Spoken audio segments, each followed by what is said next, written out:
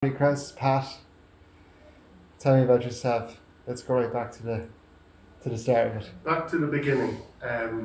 I used to work in Longford, above all places, during my student days, and my boss was at a convention in the RDS back in the early 80s and met a chap who was looking for somebody to paint coats of arms and to literally paint them from scratch.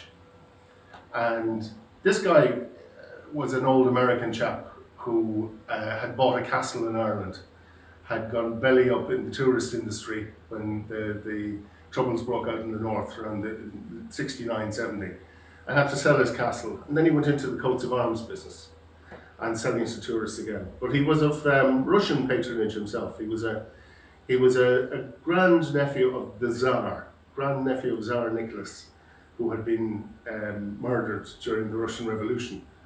And this guy had made a fortune in the States and eventually, as I say, started up a coats of arms business in Kildare.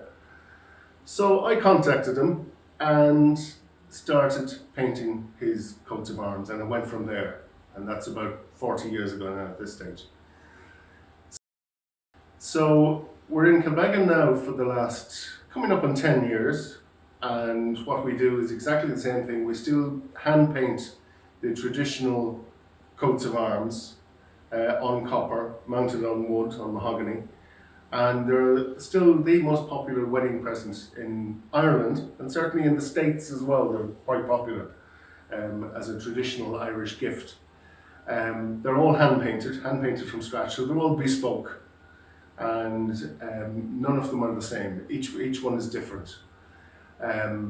We have over 1 million names on our database here over the years, from all over Europe, from Italy to Spain to Portugal, France, Germany, Netherlands, and all over the UK and Ireland as well.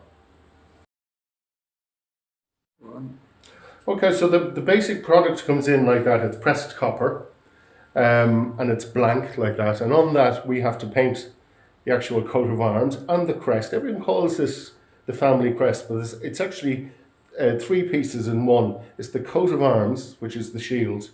The family crest is on the crest of the head, on the crest of the helmet like that. And then you have the family motto and the name that goes here. So that's how it is initially, and then that becomes this when it's hand painted. So for instance, in this case here, the green background is painted first. That's allowed to dry. And on top of that then, the yellow or golden lion is hand painted on top of that once it's dry. Then you have the name, and you have whatever inscription or family motto you want to put down here at the bottom. Now, the green, everything in these, they're not just coats of arms, they're codes of arms as well, because there's a little code in each one. They're described as being the hopes and aspirations of each family, because in medieval times, most people couldn't read or write, but they could, for instance, draw pictures. And so these are officially like family logos. So this one here, the green, which is vert in ancient Norman speak, which stands for loyalty and love. Then you have the golden lion, and gold stands for generosity and elevation of the mind. And the lion itself stands for magnanimity and strength. And because he's rampant, which means he's ready to pounce, it means readiness for battle.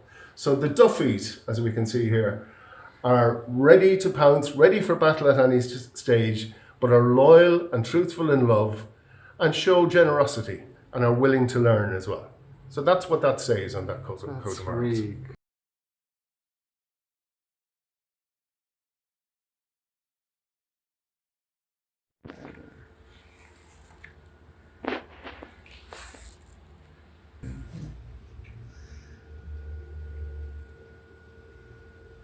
It's printed out. This is your armorial history, printed on parchment paper like that, and it's a beautiful piece that shows in full colour. It's like a medieval manuscript, and you get it in a tube like that for protection.